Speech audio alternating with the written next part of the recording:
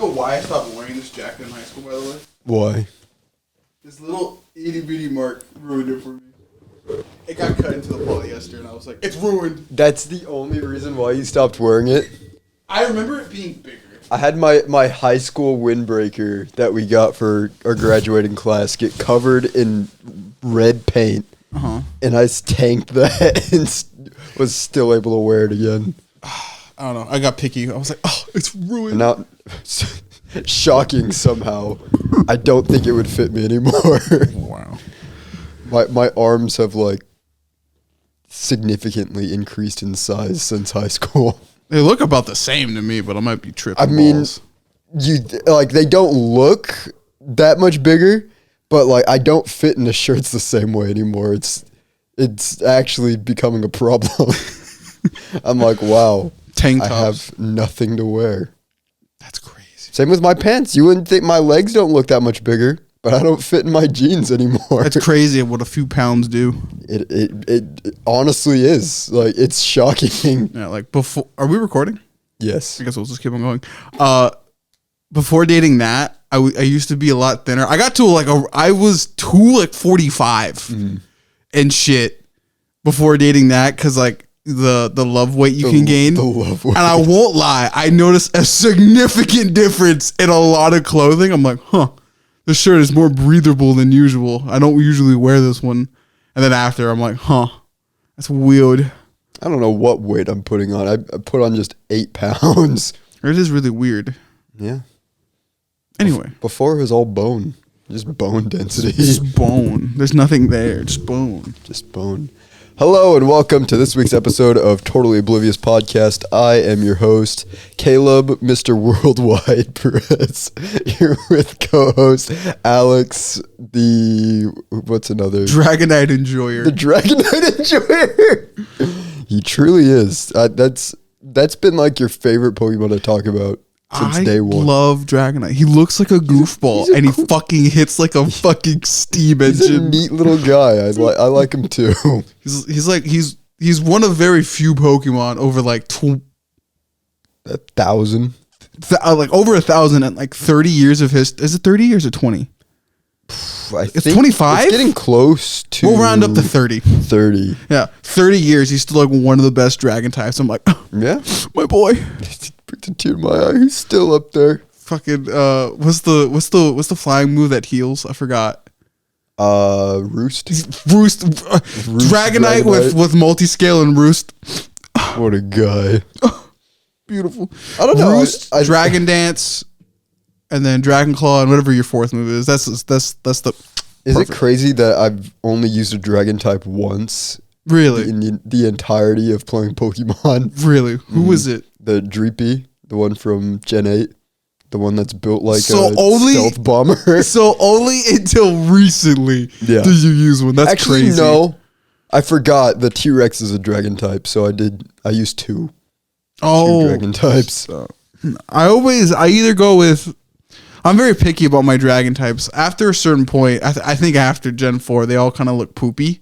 I think the T-Rex is a banger design. Yeah, that one's so weird because you opened up my brainwaves until right now. I'm like, wait a minute, he was a Dragon type. The two Dragon types that I used are the ones you completely forgot about. Fucking, you know what? I never even caught that one in Gen 8.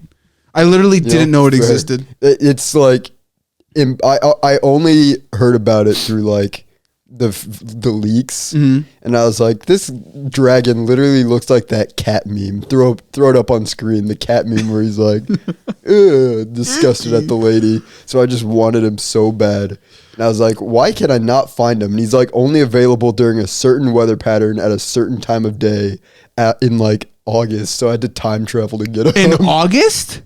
It's something so crazy that like you would not find it during a normal game playthrough.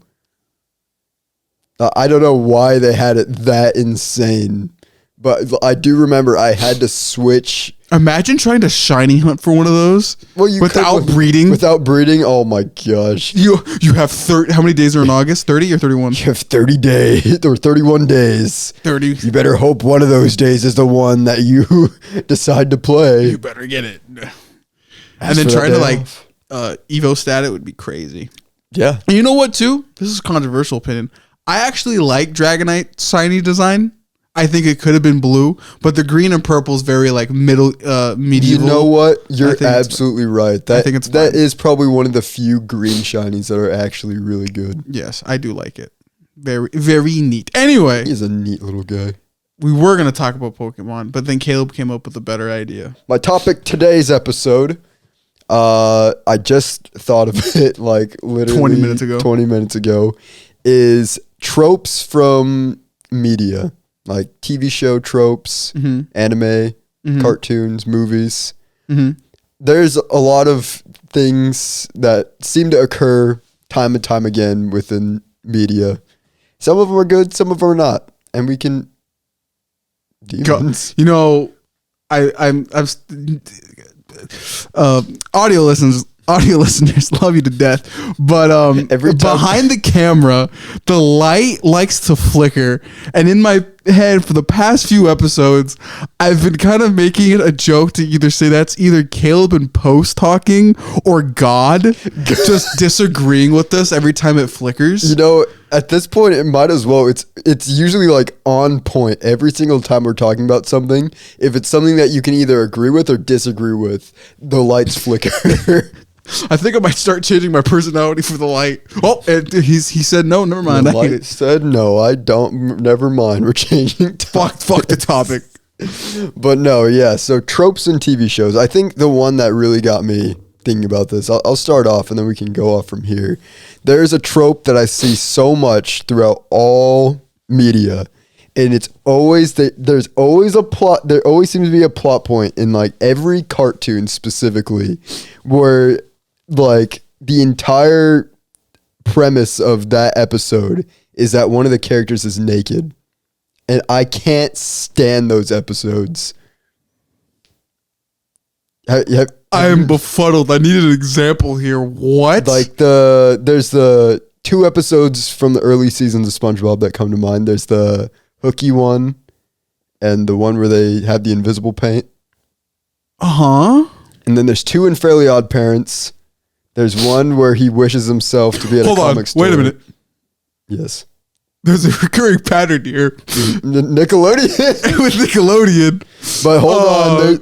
It does occur in other cartoons as well. Because if they're more children cartoons, children's cartoons. I'm gonna change the subject. Naked people and children's cartoons. Well, I mean, I did also think of that it's very suspicious that it's always in children's cartoons that there's just the characters just are naked, and that's the entire plot of that episode. Icky. And every single one has one of those episodes. That's icky. I think except for maybe Courage. I think Courage is already naked. True. But like the only thing you could consider for that maybe is there are parts where like in the shower, but like that's not like the plot of the episode. Because there's just a lot of them where the entire plot, like Codename Kids Next Door has one where they basically just take a picture of number 1 naked at the beach, and that's the entire plot of the episode. And it's so weird that they exist. I hate those episodes. I hate that they exist. So like the whole episode focusing around it, or just like if it's not just a gag? A little bit of both, because it's never just a gag, really. It's usually that's like the pivotal plot point. Like it's like shown as a gag, but that's made to be the entire plot point of the episode. It is weird. It's annoying. It's annoying that it's like in every single cartoon. Now that you say it, I'm thinking about it. I was never personally annoyed, but I will say as a kid, I was just like, what the fuck? Why? Why does this episode exist?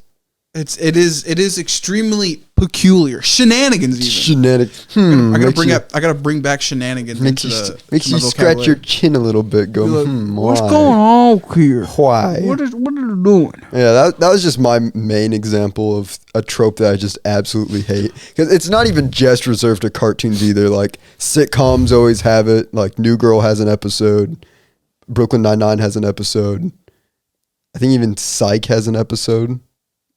No, actually, Psych doesn't. I think maybe How You Met Your Mother probably has one in there, but I forgot. But it's like so common. Like, they can't come up with a nudity. Oh no, point. it's wrong. Our Christian values. Even though like 1,500 years ago in some parts of the world, tits were just tits. They still are. They had no sexual value. They literally still are in some parts of the world. Yeah, it's like who gives a fuck? But it's just weird. It's weird they just persist. They persist to exist. I guess on another one on this note, since I'm the anime head here, fan service. You know what I mean? Fan service episode. The obligatory like no. spa scenes. Not the spa scenes, just it in general. I just don't, as a kid, as a young man, a young lad, it was cool. But once you're like 30, or I even say now 21, what the fuck? Why is this integral to the plot? Why is this here? Like, don't get me wrong. I know I wear that Master Roshi shirt, but I wear it unironically or ironically because it's just like it's Master Roshi. He's fucking stupid. Haha. That's like the whole point of the joke with Master Roshi is that it's explicitly shown to not be okay what he's doing. I know, but sometimes it's just like. It's everywhere. It's too much. I know, and it's like it's not in the Master Roshi example where it's bad. Don't do that. But it's just like, oh, they're going with it. And then some animes have it to where that's like the entire point, and where some plot points go with it is with certain fan service. And it's just icky. It crawls up my skin. I feel like I've seen it a lot. I haven't really watched the anime, but I feel like I've seen this complaint a lot with My Hero Academia. Oh yeah, that's like the main one I've really seen issues with that. Another one would be Fire Force.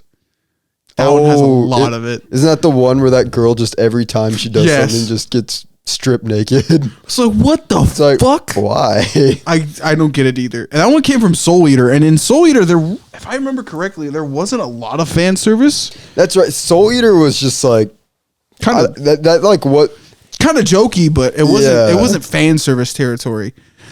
It's just a thing that happened on that show. Yeah, and like another time too is for the most part in most animes, I don't know what the phrasing would be here, but is to like show you what's showing you what's like happening behind the scenes. Is a lot of the time it's like when the fan service happens, it's usually like a young person, so like anywhere from like 16 or maybe even younger in some cases, or it could be older, but even then it's still like but it's just like no. I think look away. I think those two, what I said and what you said, kind of fall in the same category. It's just a weird thing that they just persist on having. Well, even then, if you start to look at like Japan and its history, it's just like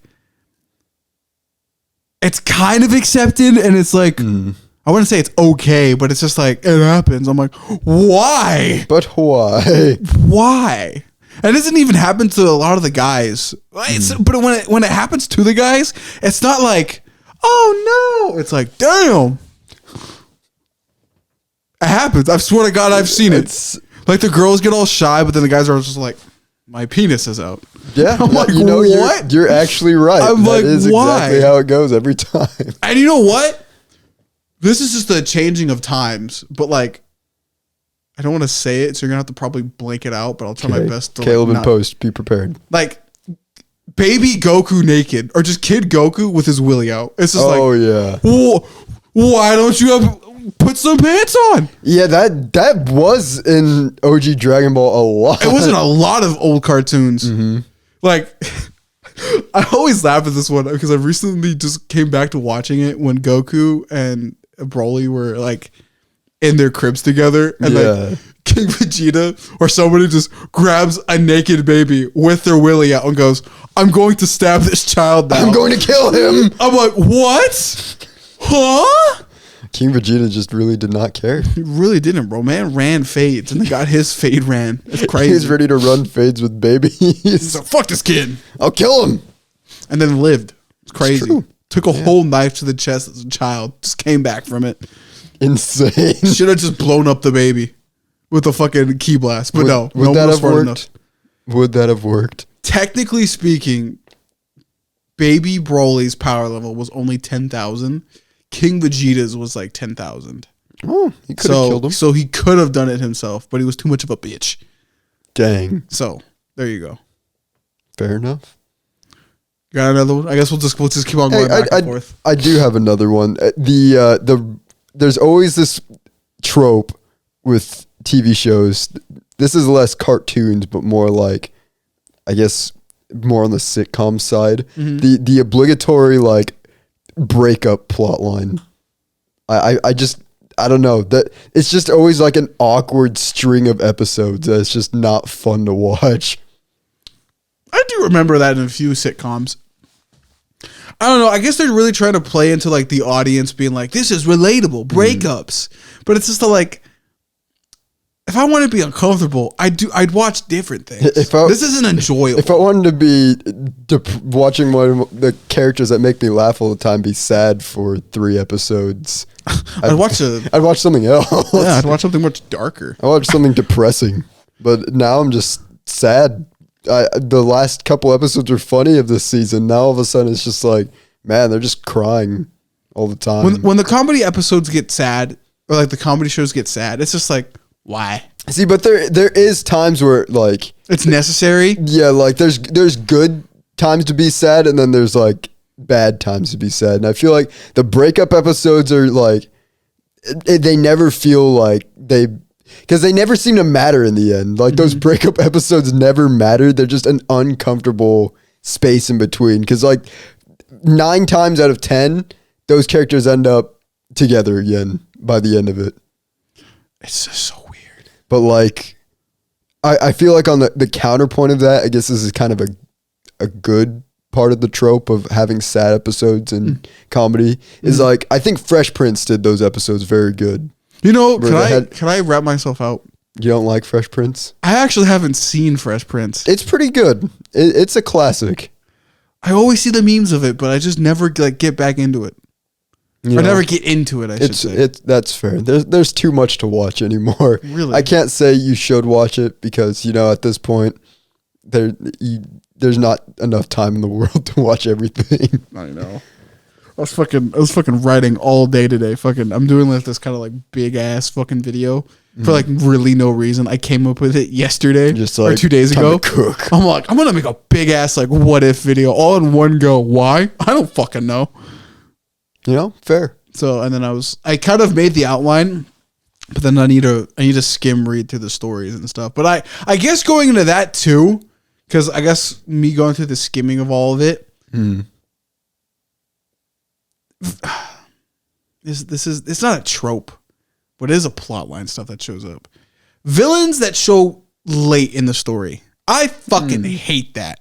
Like the grand villain at the end. I'm like, man, this sucks. Because the villain just ends up sucking. But then when you have a villain that shows up at the beginning and is like is every so like mentioned often and like is cool or hyped up, it's like you start to appreciate and maybe even like the villain. I like that, but then just plopping a motherfucker down like a big one, it's just like, this is boring. Like, why are you just here? I get like you're supposed to be all big, bad, and scary, but this is this is lame. Like something with no build-up or like no development. A good example is Naruto. They built up Madara for like a bajillion chapters.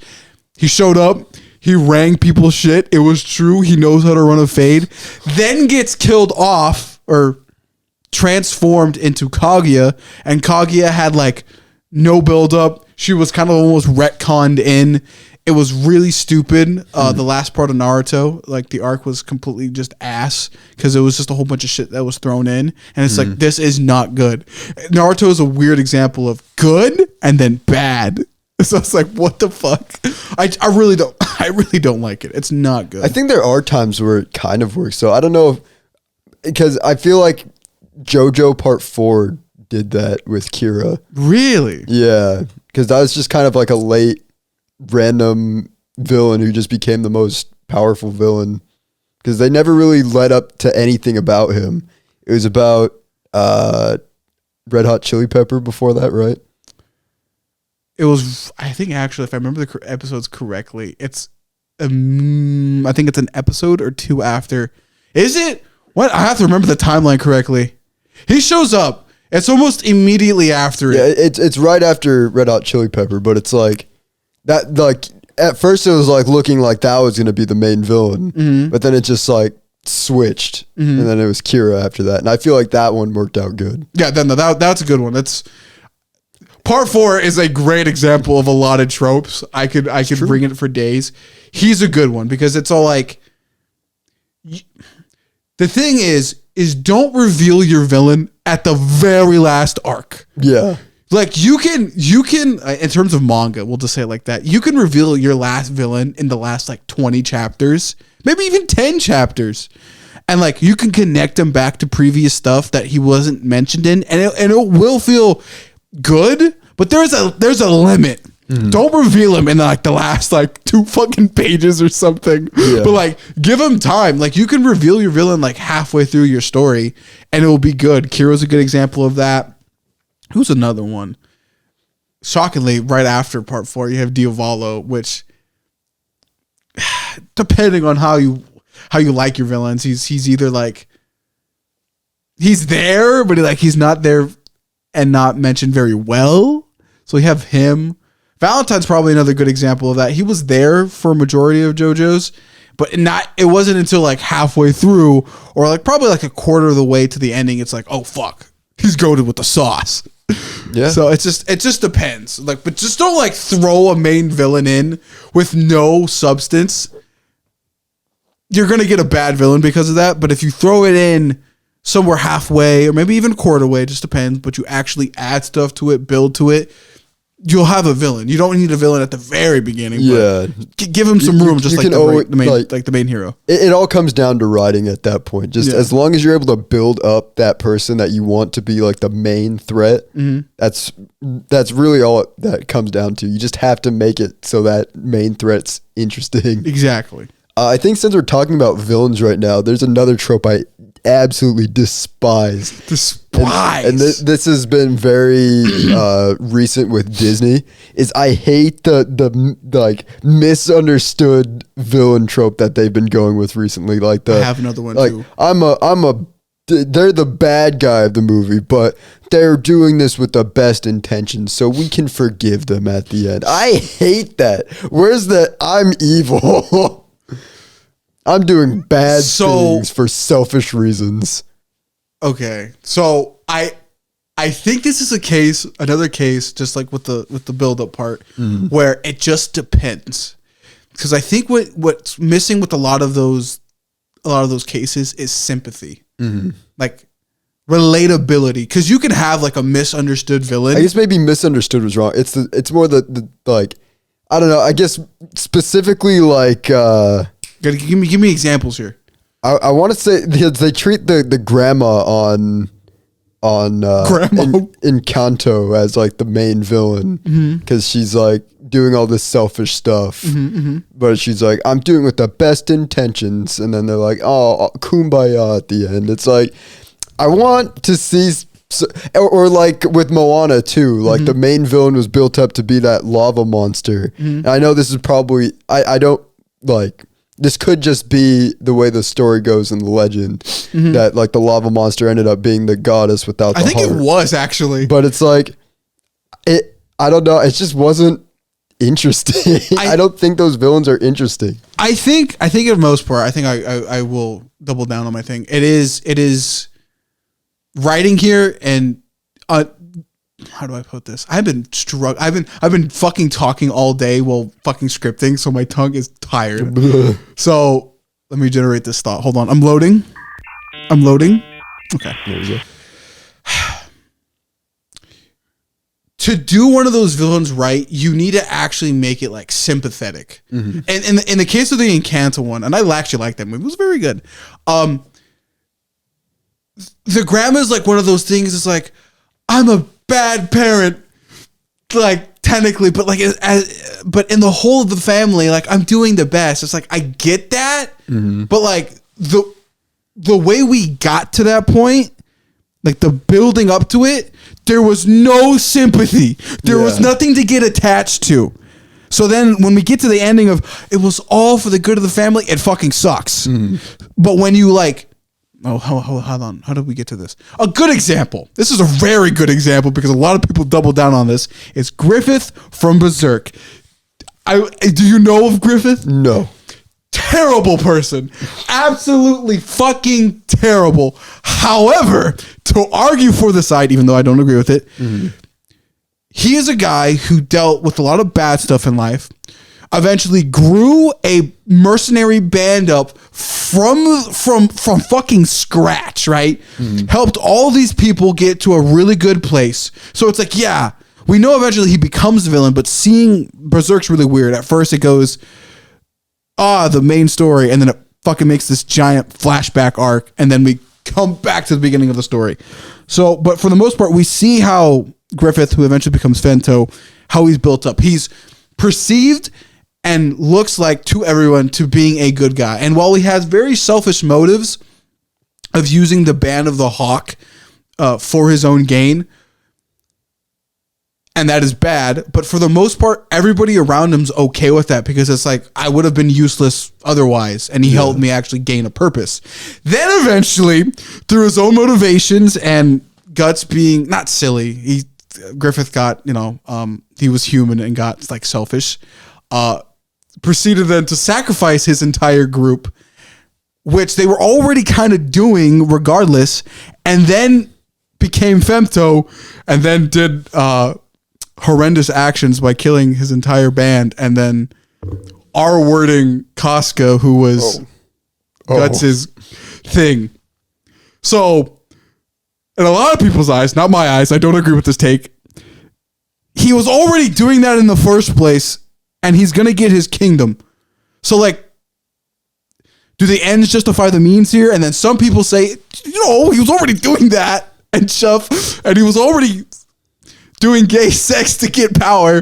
So, like, it's all justified, man. It's really not. But, like, in the ideas of a sympathetic villain there, even though he's really not, but, like, to argue it, that's it worked because it was all built up until that point. Now I'm second guessing my trope because maybe it's not the sympathetic villain that I hate. Maybe I just think Disney's been poor at writing the villains since probably Wreck-It Ralph was their last good villain. He's going turbo. Like that one was like they did a twist villain and then they're like, oh man, everyone loved that so much. Let's just do that like 50 more times. Yeah, they get really into their tropes or the what works. You can tell they're very analytical with their stuff. But I will say, but to double down even on your take, you're right. Like a sympathetic villain needs, or just like one of those type of villains needs to be like built up, because if it's just like, for the sake of it all, I'm like, I saw none of your build up to get to that point. Why would I be like relatable to you? It fucking sucks. To get into even a further writing point, I guess this is writer Alex coming out now. Everything in writing has a good and a bad. Everything in writing can be bad, but everything in writing can be good. That's the problem with writing. It's like it's very dependent on a lot of things, and you need a lot of skill to pull off a lot of certain things, because sometimes for a majority of a certain trope's life, it might suck. But then all of a sudden you get one guy who writes it well. It's like, I don't know how I did it. Like, masterpiece. You make a good point, actually. So yeah. That whole time you were talking about Griffith, I was like, in a sense, Sephiroth could be considered a sympathetic villain, because I think Sephiroth is actually based off of Griffith. I can't remember the scan or not. Either it's vice versa or what I just said. Whichever one came first. Yeah, but it's just like you'd be very shocked how many villains are actually based off of Griffith. When did that get made? Berserk came out, I think, roughly after JoJo, so like 1986. So when was Final Fantasy? Final Fantasy was in the 90s. 97. Really? Yeah. So more likely, white hair, wings, bird motif. Probably is a Berserk reference. But like a lot of Japanese manga villains are based off of, because it's just so like. I'd say actually read Berserk, Caleb. It is. I need to reread it. I actually need to catch up to it. But like how Griffith is built up, you can understand why somebody can make the argument Griffith did nothing wrong, even though it's completely wrong. He's the villain. He's terrible. That's like saying Hitler did nothing wrong. But then again, you can make. I've debated it too for funnies, but it's just like for the German people, it was kind of good. It was good at first. Yeah, and then it was good on paper. Yeah. But in practice, everything they did was bad. Terrible. But it's like with him, it's just like, well, he was already using everybody to begin with, so it's just like he fulfilled the purpose. Now he has a kingdom and stuff. So it's just like they fulfilled what they wanted to do. Now, was it right? No. But they did kind of signed up for it. So it's just like, there you go. It's. I guess that's where it really comes down to, is how much do you understand why the villain's doing what they're doing. I think that's a big one. This isn't a trope, but this is just like a complaint on writers, and something I'm struggling with that I'm trying to like iron out with like the people I talk to on Discord. Shout out Curious, because he helps me with my story. I'll show it to you, but he has a lot of criticism. I love Asian men. That sounds crazy. Wait a minute. Wait a minute. I love Asian folks because they're just so fucking critical of everything. It's just like, Curious will be like, this fucking blows ass. I'm like, that hurt, but thank you. I'll correct it. But yeah, I shout out to Curious. But like the thing I think a lot of authors fail in is like explaining shit. However, this is the contradiction with writing. Don't explain shit though, because it's boring. So yeah, sometimes you don't need to go into that. I think that's probably why I hate Frozen so much, is the way they went about with their villain in that movie. Because you can tell it was all just lazy writing. Yes. Because they had to change it last minute, because Elsa was supposed to be the villain. Really? Yeah, she was supposed to be the main villain of the movie.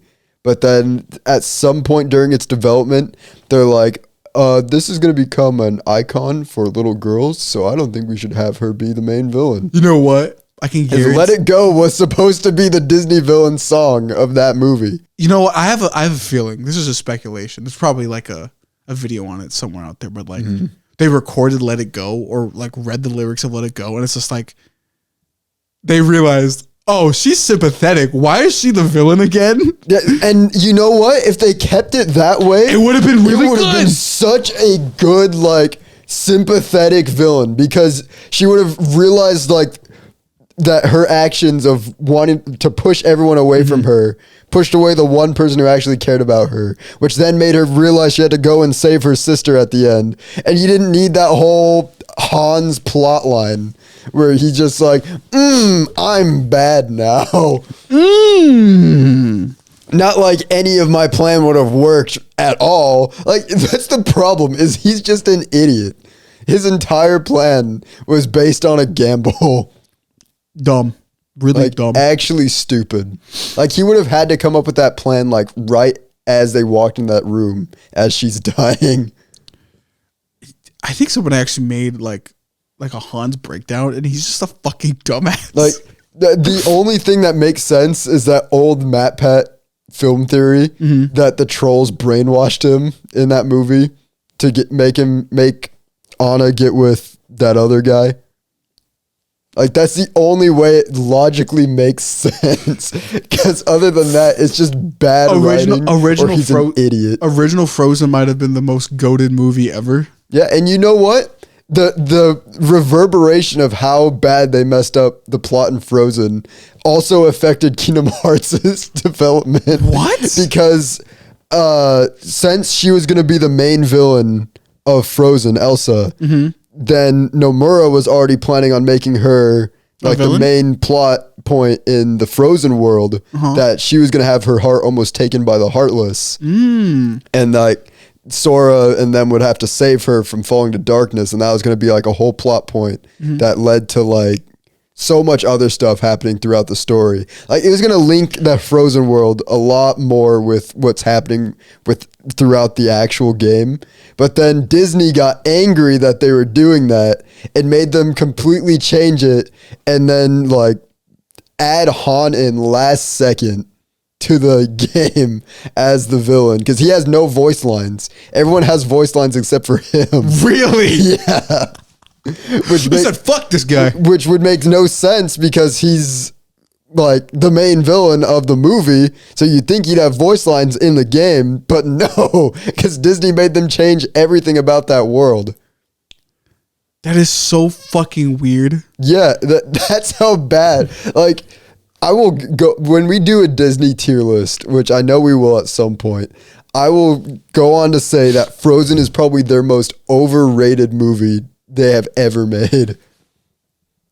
If Let It Go was a darker theme song, I think they would have probably. Somebody that had to be like an executive board decision. They could have made an absolute banger out of that movie. Oh yeah, like the people say it's a banger, but I know what it could have been, so it makes me angry. Yeah, I won't lie.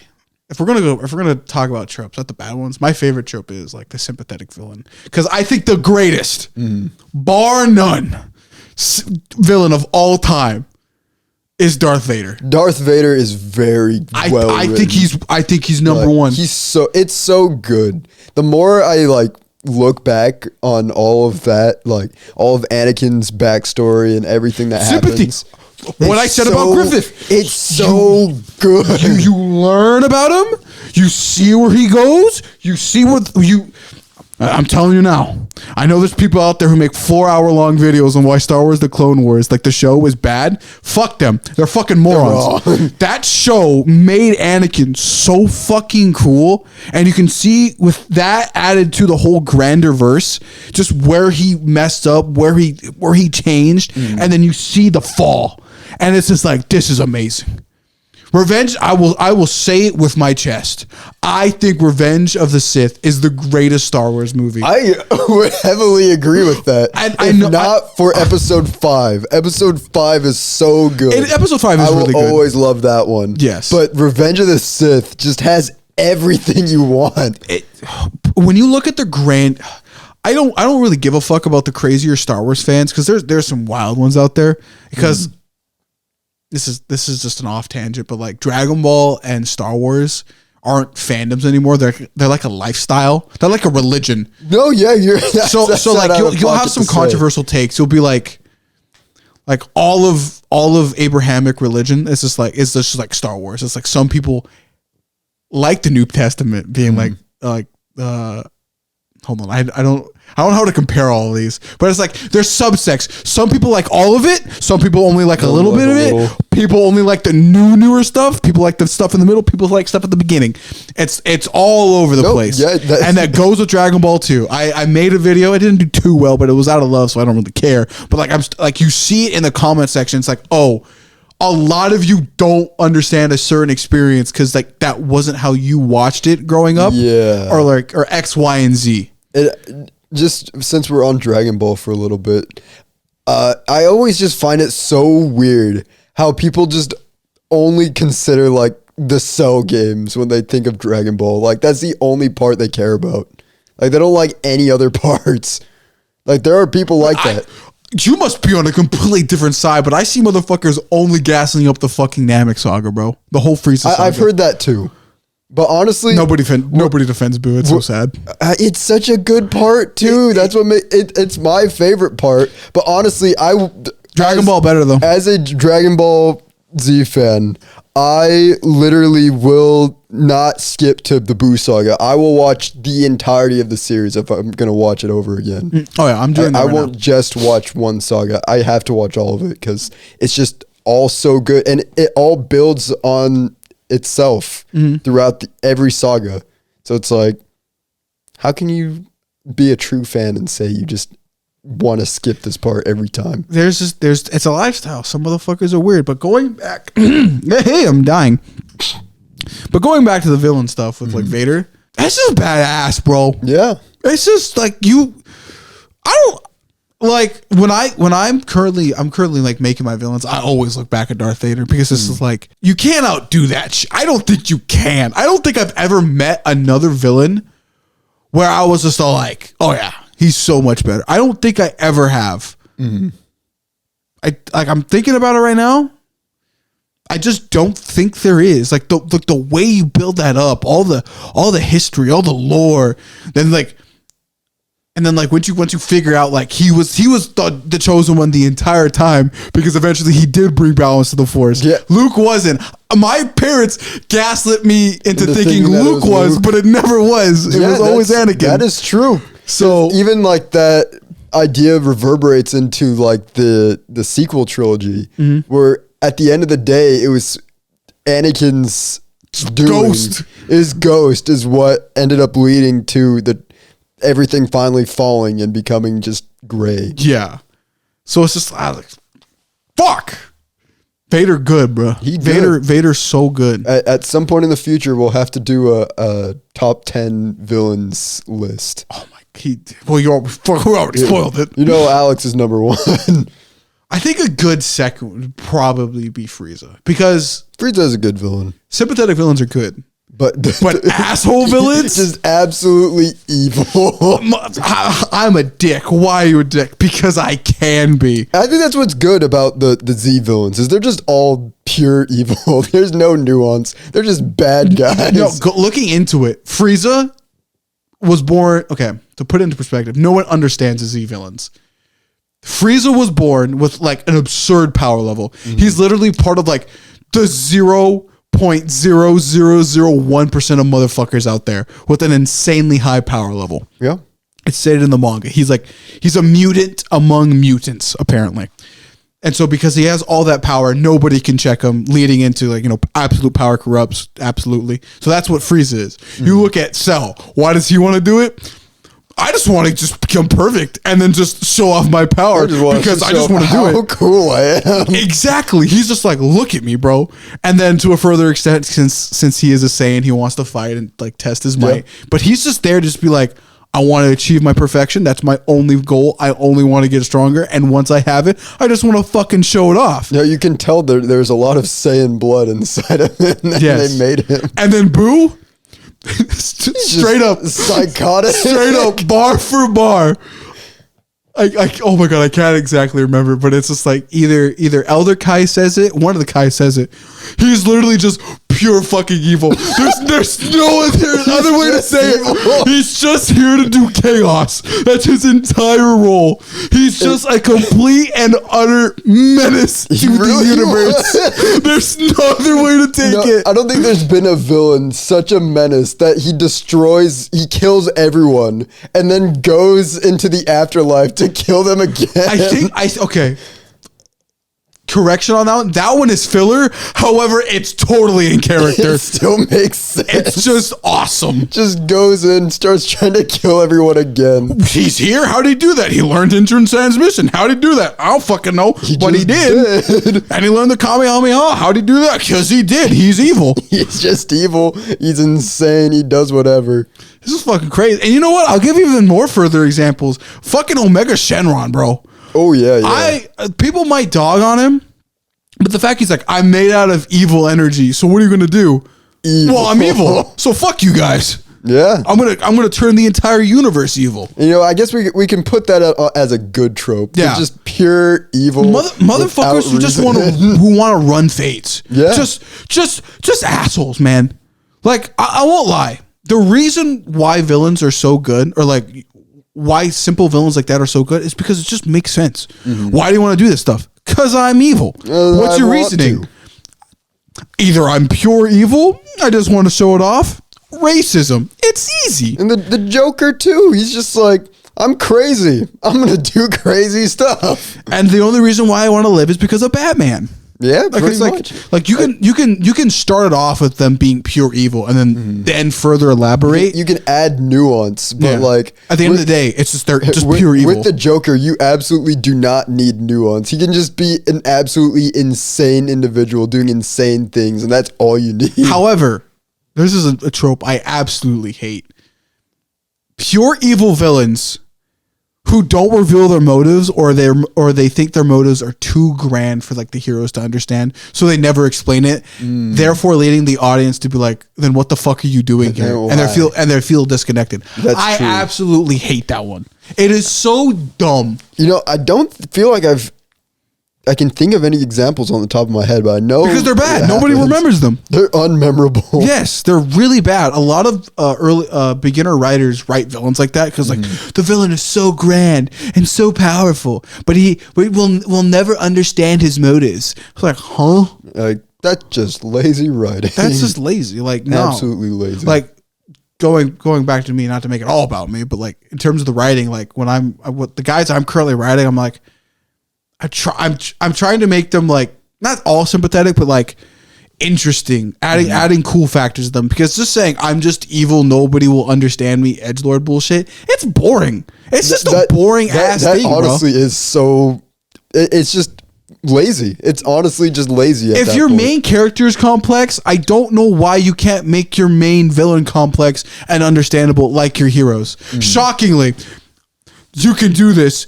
You can write as much for your hero as your main villain too. It's not a bad thing. Okay, give me an example of one of these because I'm trying to get my gears turning. They're just a lot of beginner ones. You know, my brother would fucking hate me for saying this, but I think Voldemort. Voldemort? I don't know anything about Voldemort. I'd have to rewatch Harry Potter again. I did all of them, but I never felt like sympathy or anything from him because it's just all like he's pure evil for evil's sake, very similar to like Freezer or something. But in my opinion, it's just very like he just hates that little boy. Yeah, and it's just like he's evil for evil's sake, but it's just like he's very similar to Harry in a sense, like the beginning of his backstory, like he's ostracized and stuff. But like the way the movie show it, I've never read the books. I only ever read the first book for like a class assignment, but I just never felt like it was good. But in all fairness, in my opinion, I was also comparing Vader or Voldemort to Vader, and I'm just like, this is bad. This is like you're just an asshole, but like there's nothing cool about your asshole effect. It's just like, You know, maybe it does go more in depth in the books. Yeah. I wouldn't know because I haven't seen the movies or read the books. God damn. What can you figure out any right now? Off the top of your head or no? I honestly can't think of any. That must mean they're just that unmemorable that I just can't think of any reason. You know what? Here's a good one. Original Megatron from the movies. It was not explained unless you're a Transformers fan. But if you went in there blind, you don't really know why Megatron or the Decepticons are even really there.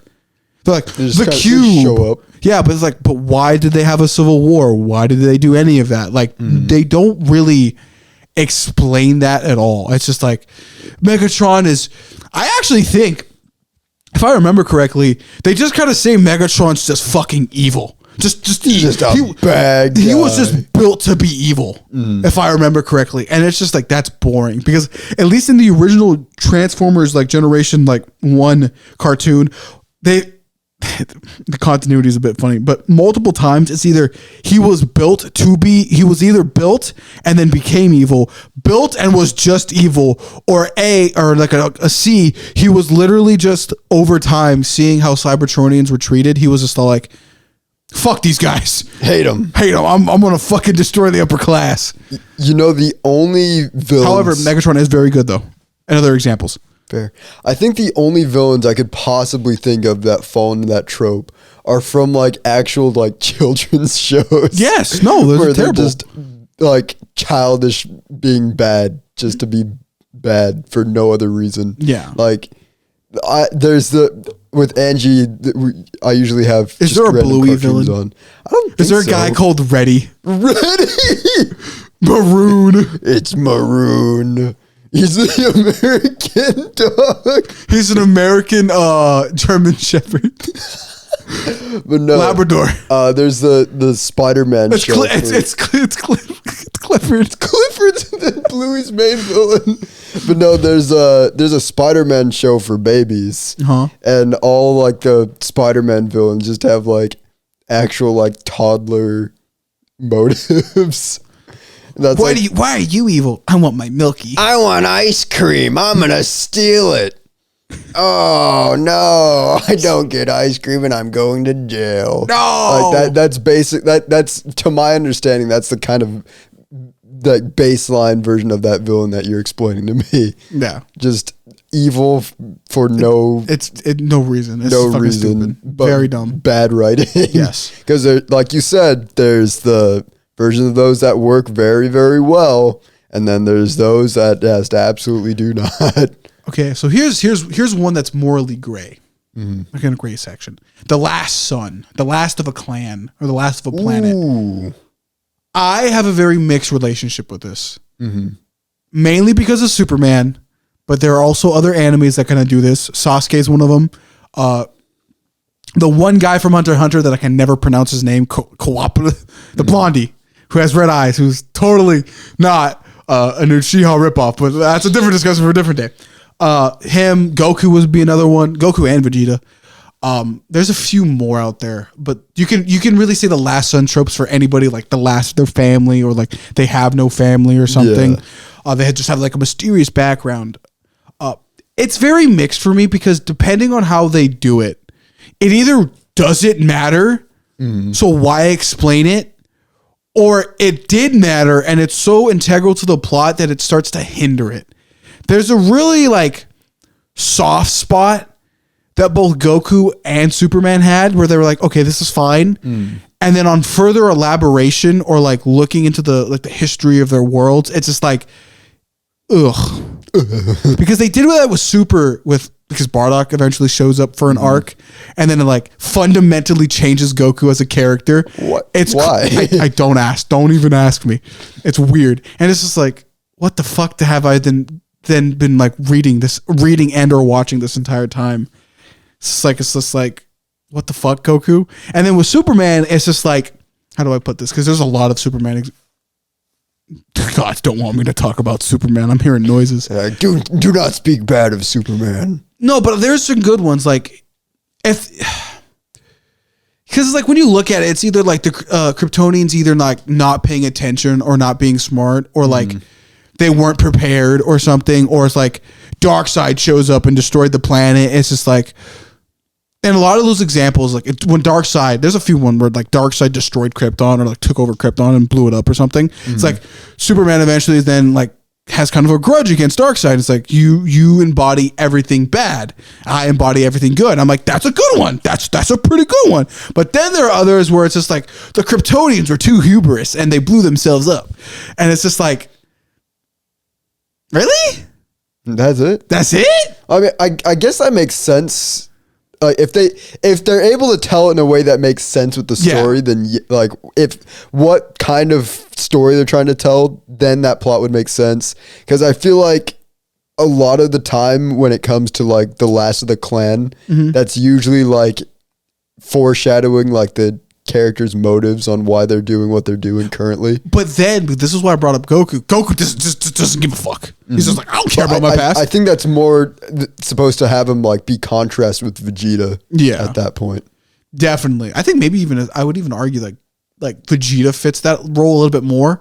However, only in the anime, because in the manga he doesn't give a fuck. He doesn't care. I saw your orange bricks. Those are terrible. Those don't even. Vegeta's character is. I saw the Kai versus original dub like debate, and they showed like the comparison between like Majin Vegeta from Kai and then Majin Vegeta from like the orange bricks, and it's just like, what the fuck were they doing? I just said, because I guess we can keep on going with it. Like Vegeta's like, I was destined to rule Saiyans, and then Frieza took it away, and then Goku outclassed me. I've been always second best. But then in the manga, because I had to reread it for my Dragon Ball video, he's just all like, I just want to beat Goku's ass, and he keeps fucking beating me, man. I fucking hating it. I can't stand it. I keep losing. Yeah, that's what happens there. But people fundamentally, Dragon Ball is fucking funny. It's all over the place. I think that's one of those things where that's just like a misinterpretation of what that was supposed to mean. 100%. because I'll say this real quick. I think the perfect version of Dragon Ball would be with the Falconer music, but Kai dub. That would be such a perfect combination. I will say Kai still has like filler stuff added to it, but it was like, it doesn't really change the plot or anything. It's just like there were like cool anime scenes they just needed to put in for like runtime. Yeah. Like the Cell one where he's in space like blowing up meteors, that's completely like non-canon. But it's just like, it's kind of cool. Might as well just leave it in there. To watch. Yeah. So like that's fine and stuff. But like I think Vegeta probably fits the Last Son category. Okay. But like neither of them really cared. And I think that's okay. Like I'm okay with them like not having a grudge. But when they do have a grudge like Sasuke, it's really good too. Like I don't think there's a middle ground where they have to care in writing where they can care, but they don't care. Because like that just seems weird. Like they have to either care or not care. You're either all in or all out with that trope. And I think have to commit. And sometimes with Superman, it's just like, and you know what? Honestly, it almost like depends. Like it makes or breaks his character. If he doesn't care about Krypton, then why does he care about anybody on Earth? But then like when he starts to care, it's just like, but why? And then it's just like, but when he's all in, it's just like, okay, this is good. But sometimes eventually you get into the Zack Snyder approach, and it's just like, I'm God, and I need to treat all you people like ants. And I'm like, this is bad. This is boring. This is icky. He's supposed to be a farm boy, lovable farm boy. He's just a goof. He's a goof. That's what makes him interesting. Yes. He's a goof. That's another trope I like. Goofy. Just the main character being just kind of a goof. I love it. I think you can relate. A lot of people can relate to that. Just people are idiots sometimes, but sometimes you have your hero moments. It's beautiful. Like I think that's what makes a main character likable is when they're just a bit of a goof. Yeah, they have their awkward moments. Like they can even like try to lie to themselves and be like, I'm not a goof, but everyone around them knows they're a goof. You're a fucking goof. You're just a little goof. You're a little goober, man. Here's a trope that I absolutely love. Like this is my favorite trope in all of media, and it doesn't happen a lot, so that's probably why I like it so much. But like when it's like a large story plot, like a large plot where you meet a bunch of different characters that have like their different groups that they start off with, and then you get to like a point in the story where it's like reaching the climax, and all those groups like finally come together, and then they split off and all the groups get like mixed up, so you have like characters that like hadn't interacted up until that point finally interacting, or like they found like new groups after their whole adventure. I think that's probably one of my favorite tropes. I think you would like the second half of One Piece a lot then. Maybe. Because I don't know. That's too long. In fairness, yes it is. But if you read the manga, like you can fucking read all of it for like $4 on the app or whatever. Like you would like the second half because that happens shockingly a lot. And I think that's why a lot of people like it too. I gotta keep on reading One Piece, but it's like I caught up to a certain point in the anime, so I know a lot. But it's just like it's cool. I like that trope too. Like when Zoro has to deal with other people, and it's just like, you know what, bitching. Because I think what made me realize how much I love this trope was when I was reading Bone back in elementary school. Because there's a point like right when they're like heading up like the mountain to fight like the main evil. They split off in like all the different groups, and I was just like, this is so cool. These guys are together, and it makes sense why they're hanging out. It makes sense why these guys are together. Oh, it's so good. I love that. I love when you're in like a story and you're just like, what? Like a character that never would have interacted with somebody, but like if they did, it would be like, dude, they would fucking love each other. I love that idea. And then when they find like when the story actually does bring them together and like it just works, that's fucking awesome. Oh, it's so good. It's beautiful. That is such a good trope because like I don't think there's a time where it hasn't worked. I don't think I've seen a point where it doesn't work. I don't think I can really think of any.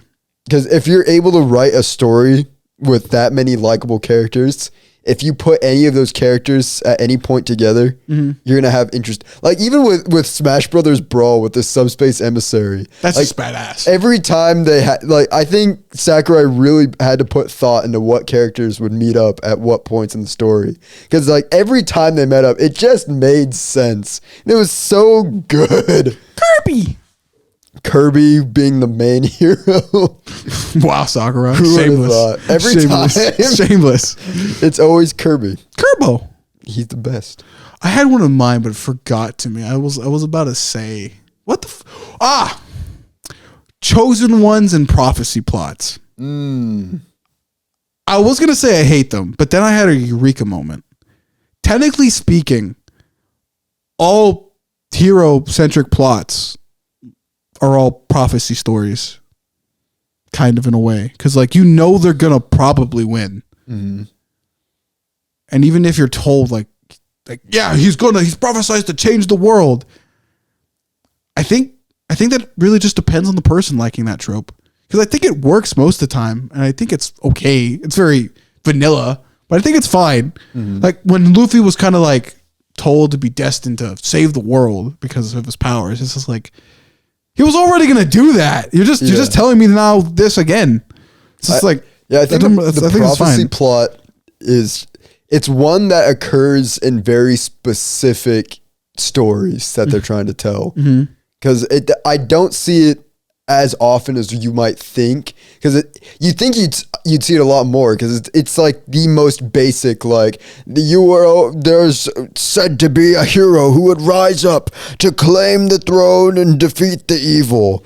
But it's like you don't see that as often as you would think. Because everybody got fucking tired of it. But like most of the time, it's good. It's passable. They do it good pretty much every single time. Yeah, it's good. Like Goku kind of has that with the Super Saiyan thing. Like Lego Movie. The Lego Movie fucks. It's unironically goofball character. An actual really good movie. The Lego Batman movie. I haven't watched that one. That one is extremely good.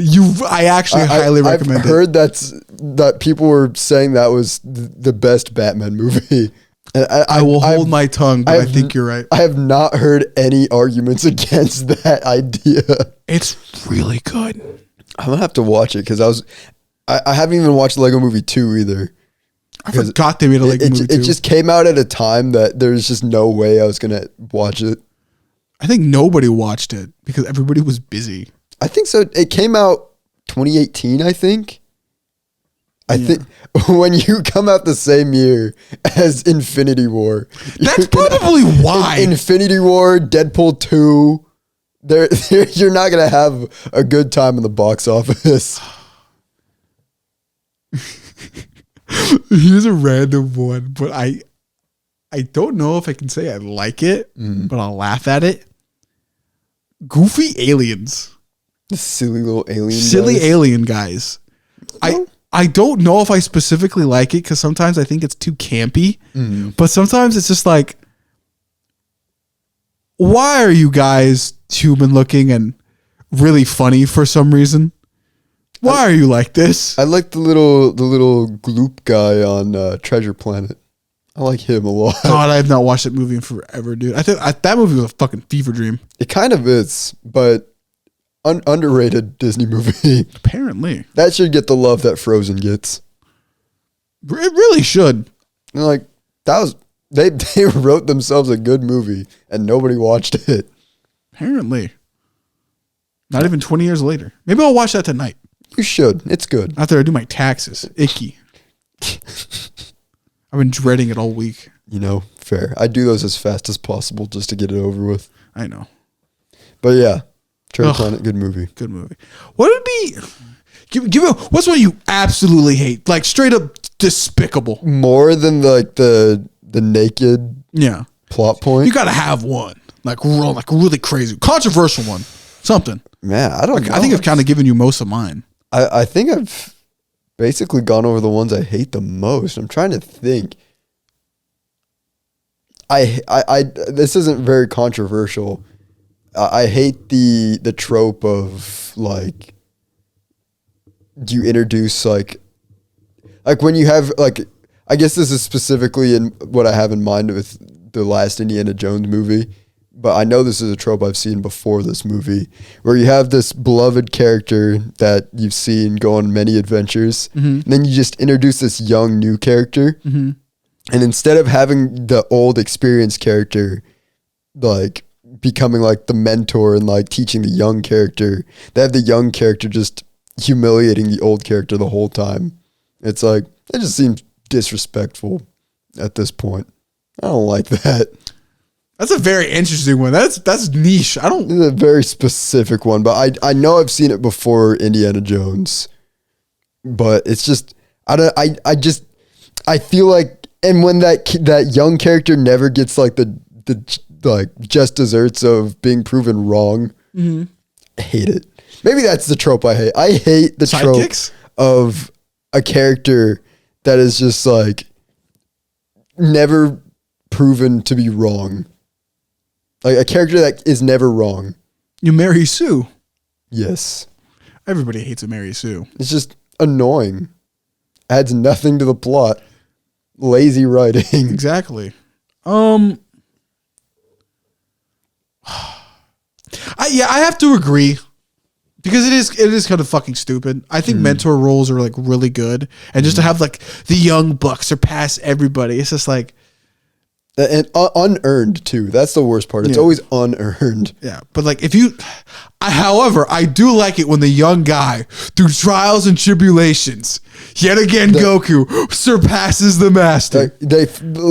Yeah, exactly. They have to earn it. Like they have to earn the ability to be like, I've learned from this person, and now I can finally become a better person.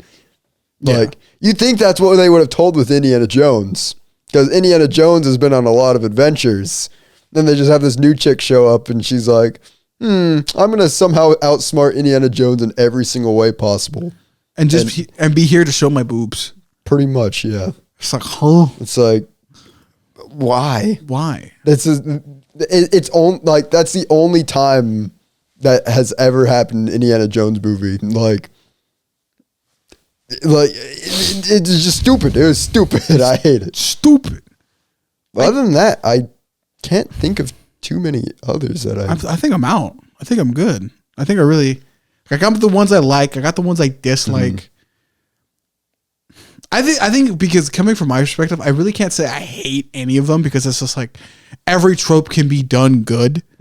It's just depending on the except author. for the fan service one. Except for the fucking fans. Fan one's fucking stupid. This is annoying. Do you know what? Here's a controversial one. I don't know if this is technically a trope, but sex scenes. I'm okay with sex scenes. Oh my gosh, you're okay? Here's the thing. Like I said, like I've been saying, it has to be done right. How I think sex scenes should be portrayed is not the sex itself, but the feelings of the sex and after the sex, because it is an extremely intimate and raw scene, or should be a raw scene of emotion between two people fully letting down their guard, which adds a lot of character development. If a perfect sex scene done good or perfect will reveal a lot about your two characters, and will make the story so much better. However, on the flip side of that, if it's just for the softcore sex, ass, terrible. I hate it. And it's garbage. That's like 90% of no. It's 90. It's 99% of it.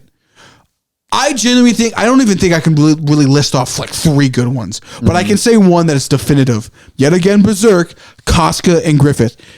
We don't see them fuck necessarily. I think maybe like a little one panel of it, but like afterwards, the after sex scene is just like, this is the greatest fucking thing I've ever seen. My edgy boy is finally letting down his edge, the sharpness, and it's beautiful. It's amazing. Man, now I'm really starting to see the similarities between Berserk and Final Fantasy VII. It's in a lot of Japanese media. Because literally what you just described, and I guess here's my version of it, is I think the implied sex and then character development after perfect. The implications of it happening is so much better than actually seeing it happening. Because then, like you said, you actually get to like know their exact emotions It's raw character without development. actually having to get through the part that is Icky. uncomfortable to watch. Like you can show like a black silhouette for like 3 seconds of a frame or something if you really want to show it, but then like immediately go into the character development and stuff like that. I think Final Fantasy VII does it perfectly. Minor spoilers, but at the like towards the end of 7, there's a scene with Cloud and Tifa, and it's heavily implied that they do stuff, but it's only implied. So it's like it works. It makes sense. Like, and it's more about the conversation that they have beforehand rather than what they do. That also works too. Have the conversation before during the fade out. It just makes more sense to focus on that rather than the actual sex. Yeah, it's just icky. It's just weird. Like, and you always know the movies that have poor writing is when they just throw in a sex scene. Another good one. This would be the second one. Blade Runner, the second one with Ryan Gosling. There's a sex scene in there which has development. There's not an immediate talk afterwards, but like if you understand, if you're not media illiterate, you'll understand like at like a philosophical level or like a character development level. This is like huge for Ryan Gosling's character. Just like whoa. So it's just like stuff like that. There's a lot of ways you can do it, and it's good. Just show development in a raw moment like that. Don't let it just be fucking bone time. Yeah, I think I'm gonna stick to my guns on this one. I'm placing my flag down, dying on this hill. I think that every sex scene that they have should be replaced with the implication of it happening. Yeah, I'm okay with that one. I think that works way better. Implication's good, but I'll always be a fan of like the after thing. Like you can imply it or you can show it. I don't really give a fuck, but it's the output that I care about, not the input. That's what I think when it comes to that trope. Yeah. I don't think I really have anything else to say about that one. That's my basis. It's pretty plain, cut and dry. Yeah. However, you can really tell when the author's just fucking, the director's just horny. It's just like, what the fuck? Yeah. This is icky. Everyone can tell. You never want to watch that movie with your parents. The author's secret fetish meme or whatever. Exactly. I hate that one. It's exactly Stop putting your goddamn fetish. You know what's just a crazy one? This is just internet lore. So there's like not a found footage stuff, but like one of those like analog horror fucking videos or fucking series. There we go. And it's about like monsters like being able to copy humans' faces, but they're very poor and stuff, but they mimic it pretty well enough that people get killed because of it. The reason why that exists is because the author likes to mimic people. It's his fetish. I know it's really dumb, but it got leaked among other things, and it's just like, huh? Your entire horror series is based off of what gets your rocks off? Something that cool turned out to be a fetish. Are you kidding me? I'm not joking. And it was a very popular series too. Oh my gosh. It's like, wait, what? I hate it here. It's weird, dude. I hate people. Oh, another cool trope I like: chicks with swords. I like a badass chick with a sword. I like Kill Bill. I like a silent, cool female character who's just like that. That's a character that I think is not done well enough. Is when you have just like when it's not a protagonist female, but just like a side female character who's just absolutely like just cool, just so cool.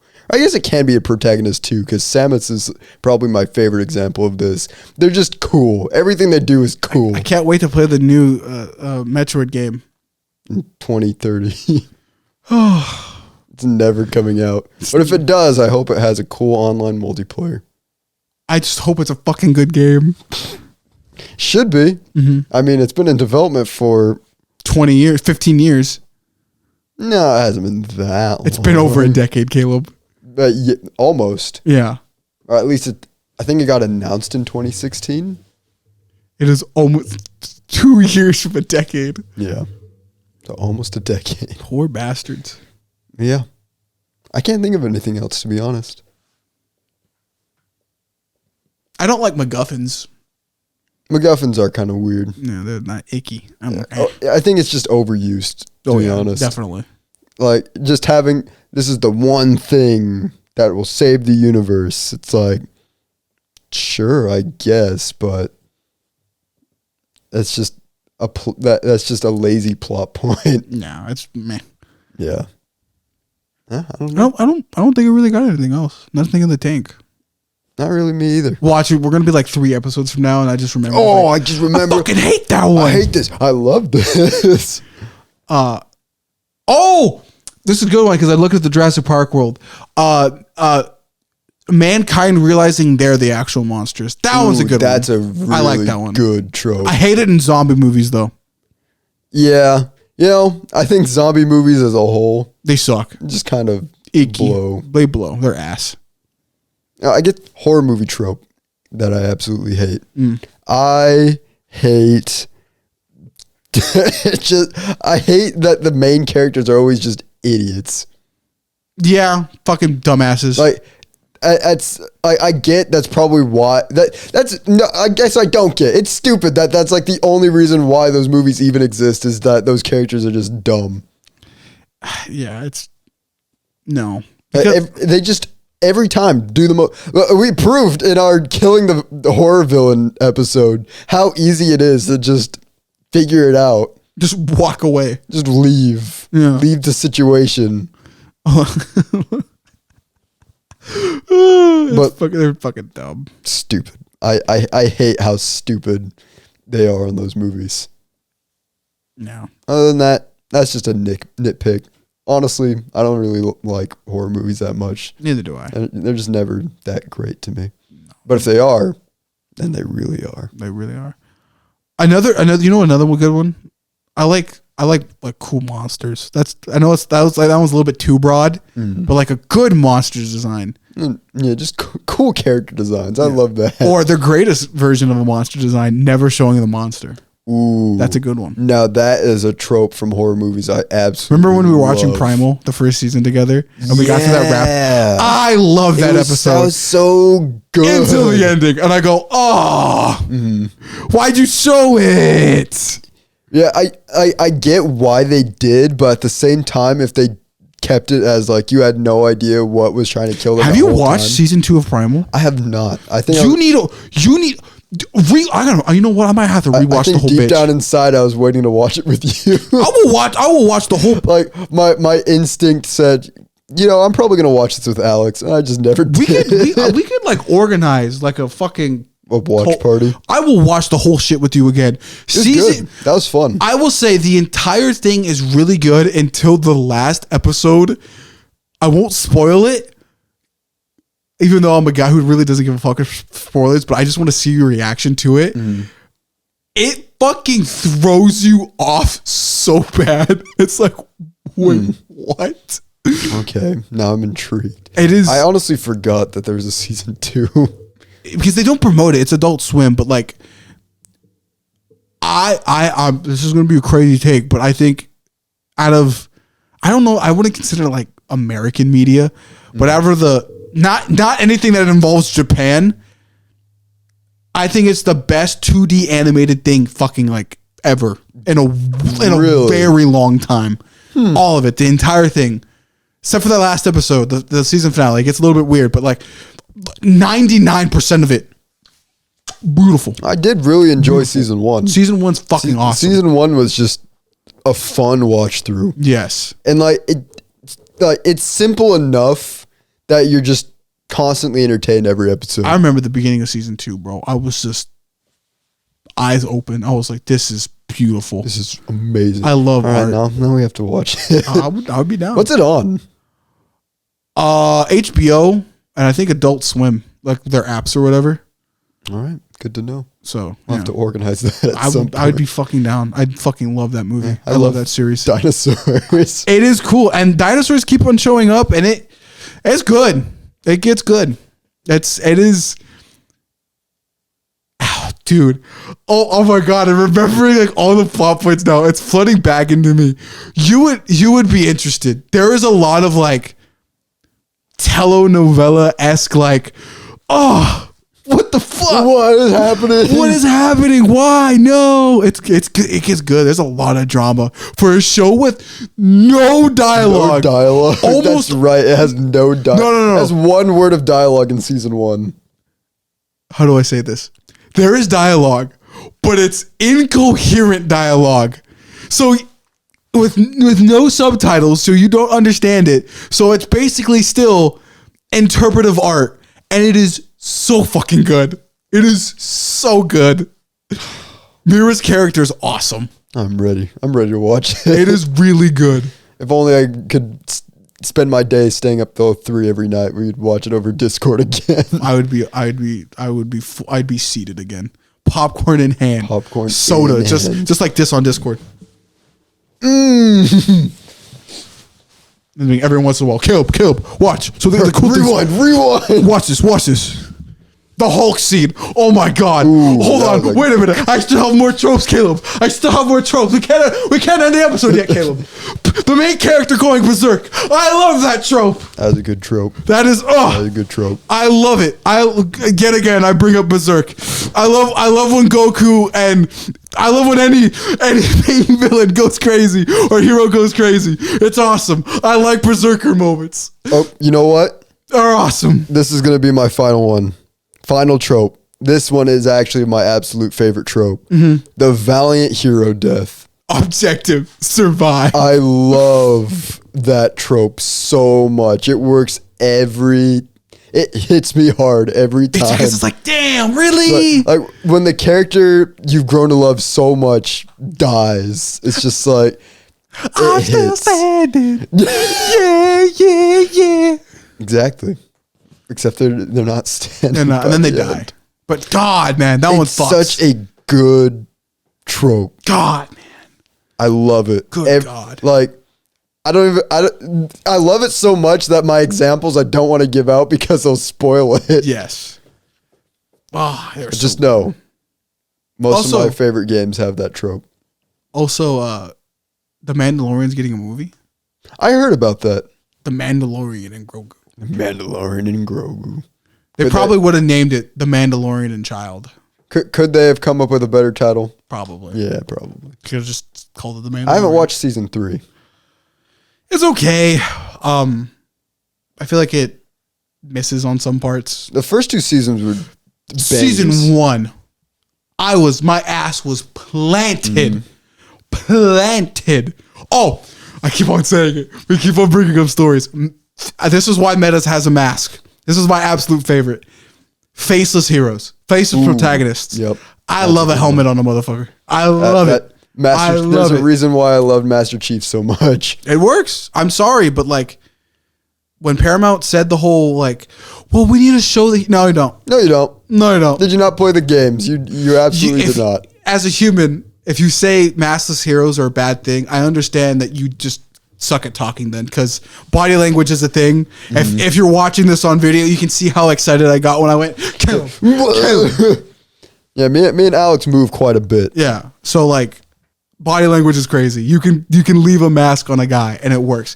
And then when the mask gets damaged or taken off, it's like it elevates the scene more. Like, dude, it is so fucking good. Like when it breaks and you just see like their eye.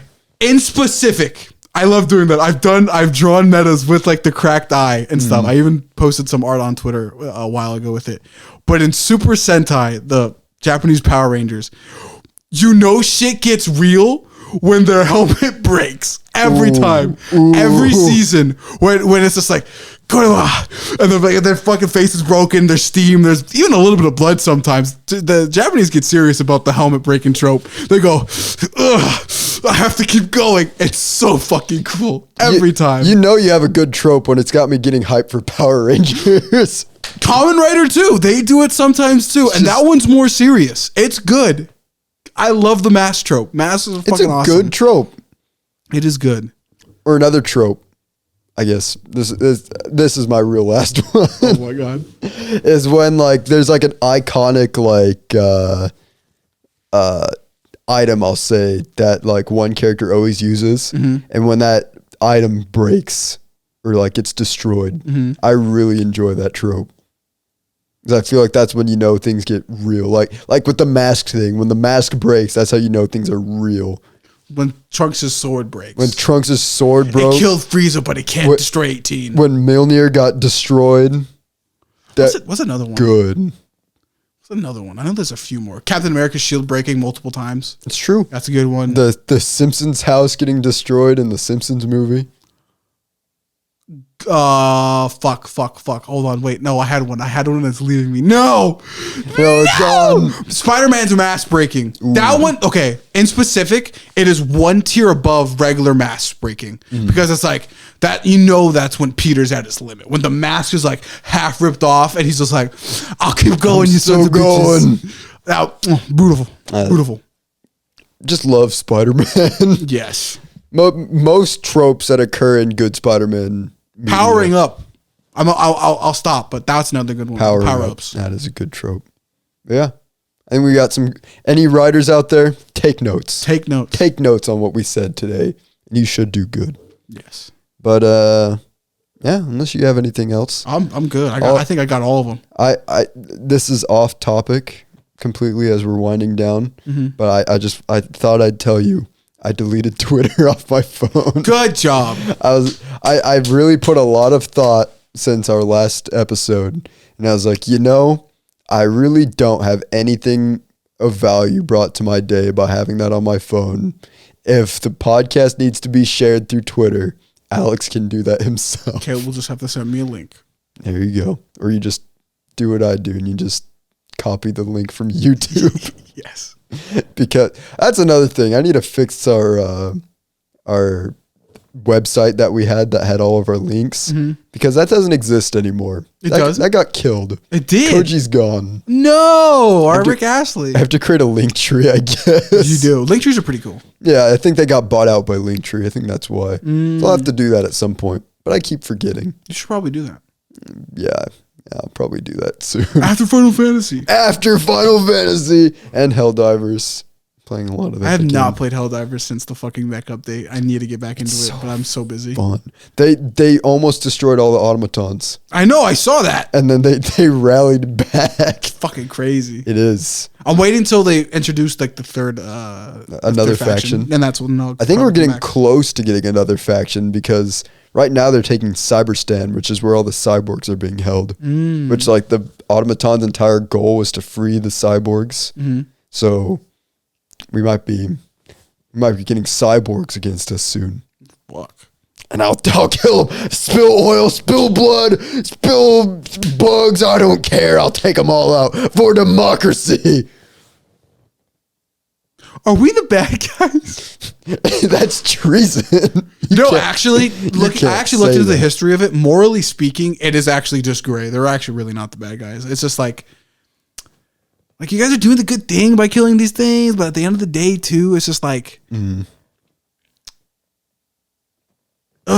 it's more like gray. Anyway, love all the games that have been coming out recently. Yes. I've been having too much fun. I'm not doing anything else. But yeah, other than that, you have any final words? I'm fucking hungry. I'm going to eat some of those chicken strips upstairs. I'm going to fucking eat. I'm starving. Just going to demolish food. I'm going to eat food and then do my taxes. I don't know how much I have to pay back. I hope it's nothing. I'm probably just going to the gym, to be honest. I think that's planned for the rest of my day. Fuck yeah. Then I have to shower. This polyester is making me warm. You're sweating? I am kind of sweating. Sitting on these leather seats gets a little spicy. It does. That's why I'm glad it's cold down here. The brisk eventually finally left. It did. Once we got heated in a conversation. Oh, I love masks. Or bouncing. Oh my god. I love masks. I love guys in helmets. They're cool. I 100% agree. Bungie knew how to do it right. They really did. I don't know how Paramount could They're just dumb. Take notes. They're just dumb. Anyway, I think that's about it for this week's episode. Tune in next week. We'll be doing more random bullcrap as per usual.